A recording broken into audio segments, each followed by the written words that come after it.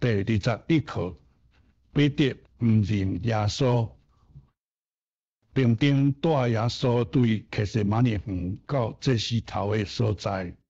伫遐，这石头甲几若个犹太宗教家审问耶稣。犹太上大个宗教家拢伫遐，因有请真侪人做假见证害耶稣。总是遐个人的见证无共款，逐个做见证的人讲无共款的话。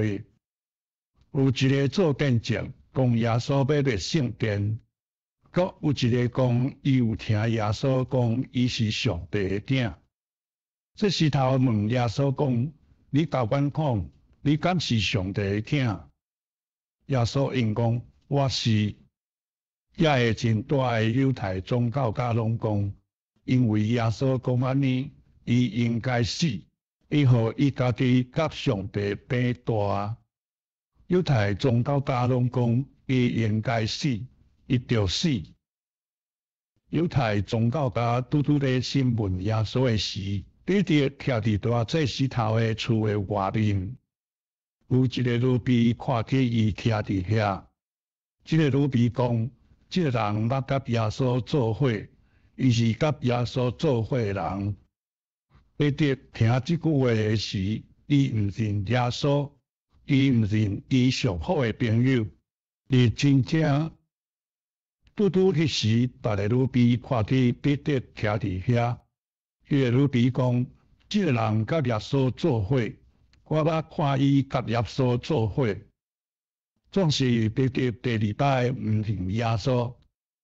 阁无偌久，有一个查甫人看见彼得徛伫遐，伊讲：迄个徛伫遐的人是耶稣的学生。总是彼得随时讲歹听的话，伊毋认耶稣。拄拄迄时鸡就啼，鸡啼2摆。彼得有听见鸡啼，伊听鸡啼第2摆的时，伊就会记得主所讲的话。伊会记得主讲：鸡还未啼2摆的时，你要3摆毋认我。彼得听见鸡啼的时，伊的心真艰苦。彼得认为伊3摆毋认耶稣真艰苦，伊想着就哭。拄拄迄时，人带耶稣出去，伊有看见彼得，总是耶稣无讲一句话。毋过彼得知影耶稣知伊毋认伊。耶稣的学生犹太知影人要互耶稣死的时，伊也真艰苦。伊懊悔，伊摕伊所得到的钱来圣殿摕伫涂骹。